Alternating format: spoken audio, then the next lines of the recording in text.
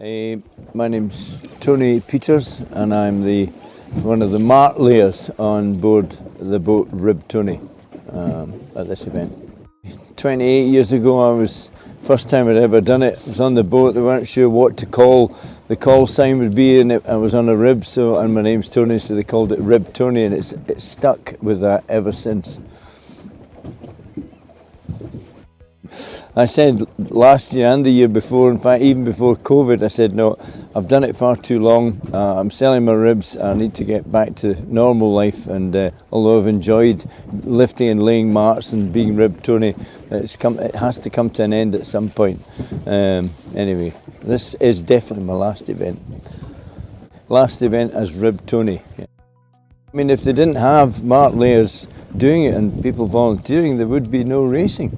And this year we did struggle not only to get mart layers but to get boats to do it from. And at the last minute we ended up getting not just one rib but two ribs, and we were able to do it. This year's been very good though. We've had a couple of boys from the university who are sailors, racers, and they're good with navigation, and they've been able to help out, and they're talking about stepping up and doing this thing, the mart laying, next year, which is great. My name's Jake Miller, and I'm helping lay marks.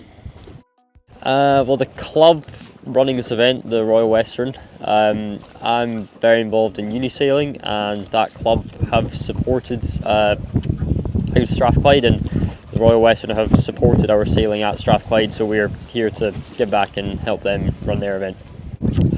We've done a lot of team racing in Fireflies.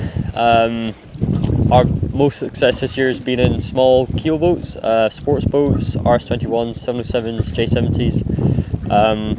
We won the Scottish Youth BKL qualifier, we were second in the BKL final, and then we went and competed at the Sailing Champions League in Portugal. Way back in I was in opposition from 1973 to 1979. Those are the best. Yeah, that was the start of my life sailing and racing. Yeah, indeed. But even in the early days, in the 70s, I don't ever remember any boats laying ribs laying marts, because ribs hadn't really been invented or taken off at that point. There was always one yacht that would lay a weather mart. That was about all. And the start mart was from a committee vessel to a buoy somewhere. The mart laying thing started and took off big, probably late 80s, early 90s, and it's been like that ever since.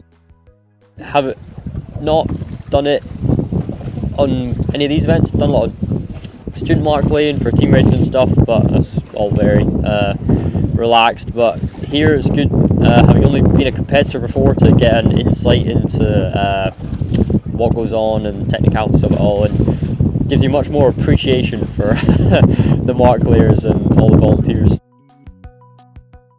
The reason why I took it up in the first place, I'd stopped racing because I got married and had kids, and for me it was a way to get back because I had a rib, and it was to put something back into sailing that I'd got out, and it was to be back in the atmosphere, meet all the guys, but be part of the race circuit, laying marts, lifting marts. I love it, and it's great being out in the open air. So I got into volunteering mainly through uni. I came and I spent my first 2 years at uni not having to think about anything. I just rocked up at events and went sailing, and life was great.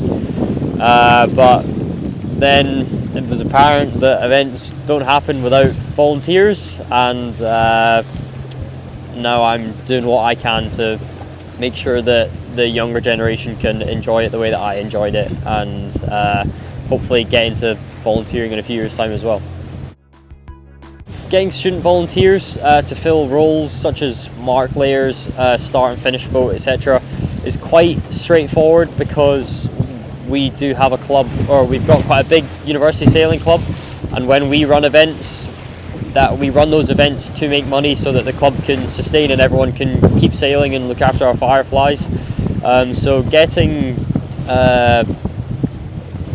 the student volunteers to give up their time is quite easy, but for the race officials, umpires, can be more challenging because we have to factor in time, people's lives, and work and holiday time, etc. But we've got a good pool of volunteers who are amazing, and we couldn't run our events without them.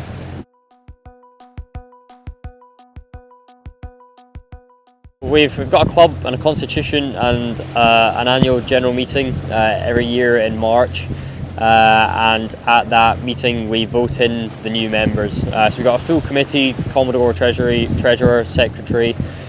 We've got dinghy captains, yachting captains, people, social media officers, people development officers, training officers. So there's a big group of us all committed to keeping the uni sailing going, and it's not just within Strathclyde. There's the Scottish Student Sailing Committee, who again have another dinghy captain, yachting captain for putting the national squads together, a national training officer for focusing on Scotland-wide development, and a Scottish social media rep to look after that Instagram, and then it's exactly the same on the British Uni Committee as well. Hopefully just advising and making sure that I can give the support to the discipline officers, and everyone on the committee's got their job to do, and for a lot of the students on the committee, this will be their first year and their first time trying to run everything and getting involved, and I think my main role is just to give support and advice and make sure that they have the tools and the knowledge.